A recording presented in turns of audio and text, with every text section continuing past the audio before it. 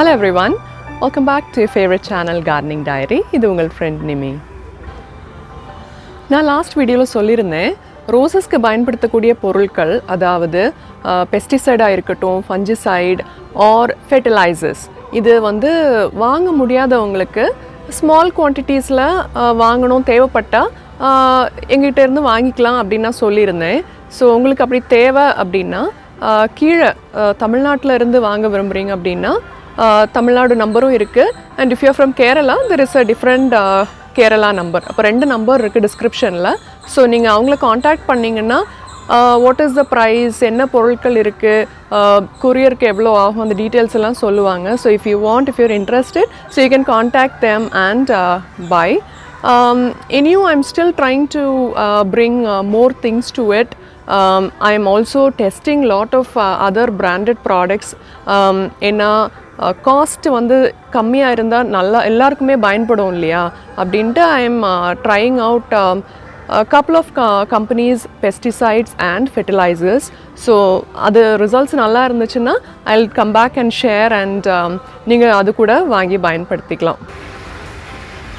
இன்றைக்குள்ள வீடியோவில் நம்ம ஒரு ரோஸ் பற்றி பார்க்க போகிறோம். It's interesting rose, it's a beautiful rose. சிலர்கிட்ட இருக்குது அப்படின்னு நினைக்கிறேன்.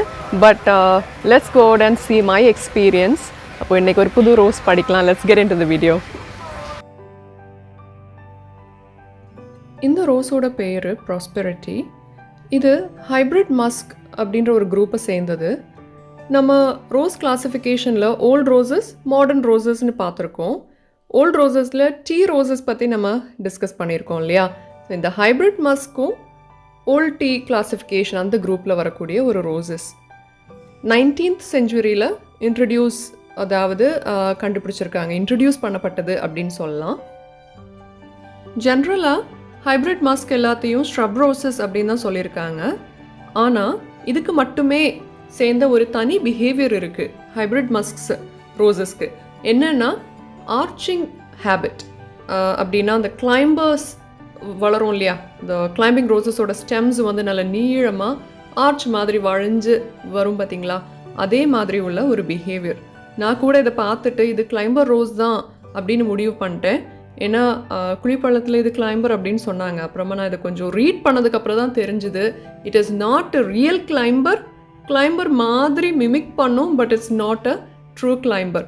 இட்ஸ் அ ஹார்டி ஷ்ரப், நல்ல பெருசாக வளரக்கூடிய ஒரு பிளான்ட். ப்ராஸ்பெரிட்டி 1919 ஜோசப் பெம்பர்டன் அப்படின்ற ஒருத்தர் இங்கிலாண்டில் பிரெட் பண்ணி இன்ட்ரடியூஸ் பண்ணியிருக்கிறாரு. ப்ராஸ்பெரிட்டியோட ஃப்ளவர்ஸ் பார்த்தோன்னா ஒரு பிங்க் டிஞ்ச் இருக்கும். அதோட மொட்டுக்கள் பார்த்தீங்கன்னா ஒரு பீச்சி பிங்க் மாதிரி ஒரு பியூட்டிஃபுல் ஷேடோடு இருக்குது. அது விரிகிறப்போ நமக்கு அந்த உள்ளால் அந்த கலர் தெரியும். ஃபுல்லும் ஓப்பன் ஆகி செகண்ட் டே ஆகும்போது ஒயிட் மாதிரி மாறிடும், அந்த பிங்க் கலர் தெரியாது. ஸோ இது கூட ஹைப்ரிட் மஸ்க்குள்ள ஒரு கேரக்டரிஸ்டிக் அப்படின்னு சொல்லலாம். என்னோட எக்ஸ்பீரியன்ஸில் நான் பார்த்தது ப்ராஸ்பெரிட்டி எப்போவுமே ஒரு 95% இந்த மாதிரி பஞ்சாக பூக்கும், ஃப்ளோரிபண்டா மாதிரி. ஸோ அதனால் நீங்கள் இதை பார்த்துட்டு இது ஃப்ளோரிபண்டா போலியாந்தா அப்படின்னு டிசைட் பண்ணிடாதீங்க. So this is a hybrid musk rose and very rarely single or double flowers கிடைக்கும். அதுக்கப்புறமா இந்த பூக்களுக்கு ஒரு fruity mild fragrance, strong fragrance இல்லை. நம்ம ஸ்னிஃப் பண்ணி பார்த்தோன்னா it's a very sweet fragrance நம்ம ஐடென்டிஃபை பண்ண முடியும். இதோட ஸ்டெம்ஸ் லாங்காக இருக்கும். ஆனால் ரெகுலர் கிளைம்பர், நம்ம ரெட் காஸ்கேட் இருக்கு இல்லையா, அந்த அளவுக்கு 10 feet நீளம்லாம் வராது. ஆனால் ஓரளவுக்கு நீளமாக தான் இருக்குது. இதை நம்ம ஒரு ஷார்ட் கிளைம்பராக கூட ட்ரெயின் பண்ணணுன்னா நான் அந்த சப்போர்ட்க்கு ஸ்டிக்ஸ் எல்லாம் கொடுத்து தான் இதை ஸ்ட்ரெயிட் பண்ணி அப்படியே சரிச்சு விட்டுருக்கேன் அந்த வால் சைடில். அண்ட் க்ரோத் நல்ல விகரஸாக இருக்கும். இதை ஜென்ரலாகவே ஹார்டி ரோஸ் அப்படின்னு சொல்கிறாங்க. லீவ்ஸ் நம்ம பார்த்தோன்னா நிறைய 7 லீவ்ஸ் இருக்கும். இப்போ நீங்கள் நிறைய பேர் பார்த்துருப்பீங்க ஆல்ரெடி. ஸோ நல்ல growth, vigorous growth, dark green, beautiful foliage. Disease கூட இதில் எனக்கு ரொம்ப வந்ததில்லை. இந்த ஏஜ் லீவ்ஸ் எல்லாம் எல்லோ ஆகும், கொஞ்சம் பிளாக் ஸ்பாட் அடிக்கும். ஆனாலும் இந்த ஹெவி மன்சூன், கண்டினியூஸ் ரெயின் இருந்துகிட்டே இருந்துச்சு இல்லையா கேரளாவில், இதில் நான் அவ்வளவு லீவ்ஸ் நான் லூஸ் பண்ணலை. ஸோ இந்த ரோஸுக்கு இதுதான் first monsoon, but it was steady and strong. So அதனால் நான் இது சொல்லுவேன், இது குவைட் ஹார்டி அப்படின்னு தான் சொல்லுவேன். இதோட டிஸ்கிரிப்ஷன் அப்போது கிட்டத்தட்ட ட்ரூ தான் நான் சொல்லுவேன். நம்மளோட கிளைமேட்டிக் கண்டிஷன்லேயே அது இதுக்கு ஃபஸ்ட் இயர்லேயே இவ்வளோ ஸ்டெடியாக அது நிற்க முடிஞ்சது அப்படின்னா டெஃபினெட்லி சம்மரையும் அது வித்ஸ்டாண்ட் பண்ணி கடந்து வந்துரும்னு தான் எனக்கு தோணுது. இந்த ரோஸை நான் இனிஷியலாக கொஞ்சம் ஷேடி ஏரியாவில் தான் வச்சுருந்தேன் ஃபர்ஸ்ட் 2 months. நிறைய பூக்கள்ல, ஆனால் எனக்கு 2-3 தடவை பூ கிடச்சிது.